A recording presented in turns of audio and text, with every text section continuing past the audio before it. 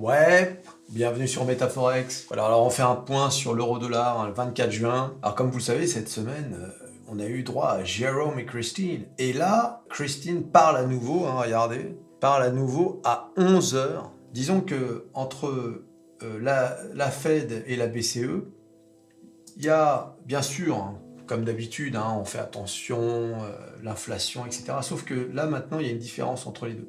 La Fed est beaucoup moins hawkish que la BCE. C'est normal. Aux États-Unis, il y a deux choses qui sont rentrées en compte le mois dernier. Non, ce mois-ci même. C'est la hausse du chômage et la stagnation de l'inflation. Et donc, la Fed désormais marche sur des œufs. Ils peuvent pas non plus être trop hawkish parce que ça peut aggraver la situation. Alors que la BCE, eux, ils ont dit qu'ils surveillaient l'inflation qui est très élevée en Europe et qu'ils se préparaient à augmenter les taux. Voilà, ils n'ont pas dit qu'ils allaient le faire, mais en tout cas, c'est un discours beaucoup plus hawkish. Donc, normalement, c'est censé favoriser l'euro. Et d'ailleurs, on a eu les résultats de cette hausse du chômage, la baisse de l'inflation aux États-Unis.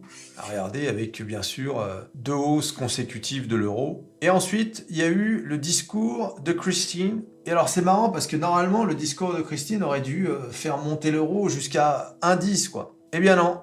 Dès que Christine parle, voilà, d'ailleurs, au passage, j'ai perdu un trade, j'ai perdu de l'oseille. Et hier, par exemple, hier c'était Thanksgiving, donc c'était férié aux États-Unis. L'euro a repris un peu du poil de la bête pour perdre la moitié de ses gains dans la même journée. Et aujourd'hui, journée calme, puisqu'on est au lendemain de Thanksgiving, c'est le Black Friday. Si vous voulez faire des achats, dépensez votre oseille.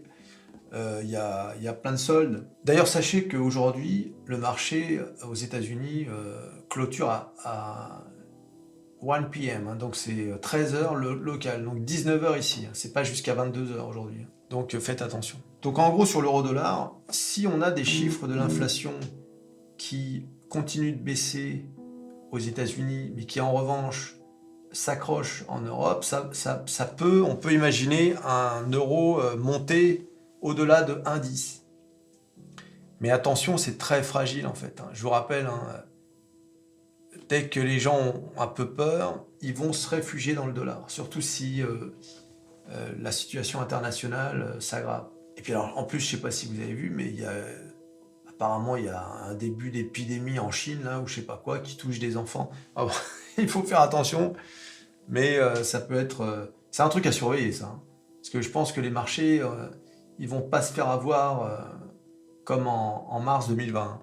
Alors bien évidemment, là, on vise les indices. Je pense qu'on va y retourner aux indices, avant éventuellement de reperdre les gains, mais je pense qu'on va y aller.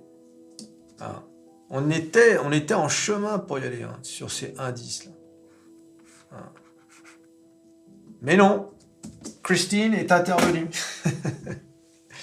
Voilà, bon, c'était un petit point sur l'euro-dollar, 24 novembre.